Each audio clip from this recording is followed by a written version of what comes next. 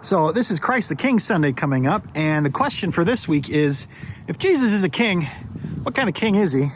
And why are we so bad at thinking about this? I'm Pastor Chris from Trinity, Lutheran, and Cyrus. This is going to be Now What Devotions.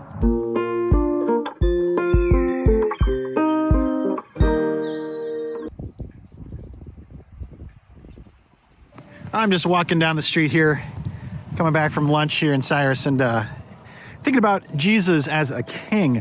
So when we hear about this idea, the primary text we've got this week, Jesus is on a cross, dying, having been arrested, and someone says to him, "Jesus, remember me in your kingdom." And he says, "Truly I tell you, today you will be with me in paradise." And of course, that's kind of ironic, being that most kings don't get arrested and then crucified. More so, the kind of authority that Jesus is talking about really doesn't...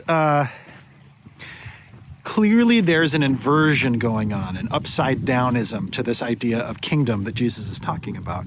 So what does that mean? How do we think about that as people of faith? I think we like to think of people who have power as having control. And Jesus rarely executes that. Now, of course, he does have that over life and death, for crying out loud. But most of his control is actually to free things up. Most of the power that Jesus uses is to release. He often says he releases people from sin. He forgives them. He encourages us to do so. He releases people from paralysis, from blindness. And Paul is rescued from prison and released out of prison. And in fact, when Jesus tells his disciples that I give you the power to bind and to loose is the Greek translation of it, when he says you have the powers that I have in the Spirit too, and I'm giving those to you, which is to free people. And so he's a king with control, but he uses it for a different purpose. Today, as we think about Christ the King, I think there's some things that we might want to think about as Christians. Usually when we are looking for more control, it's because we're scared. It's because we're afraid. It's because things aren't going how we want them to. It's because we think things should be going differently.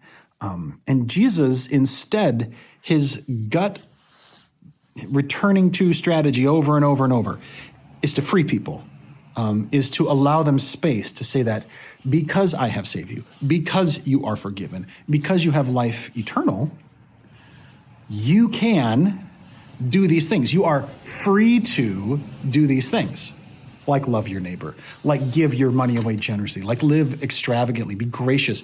You don't have to be stuck, imprisoned, bound to punishing or treating others in a certain way. Have you ever thought about Jesus as a king who frees you?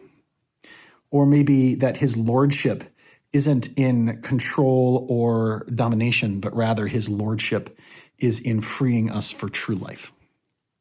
I'm Pastor Chris from Trinity and Cyrus on a snowy day, signing off for now.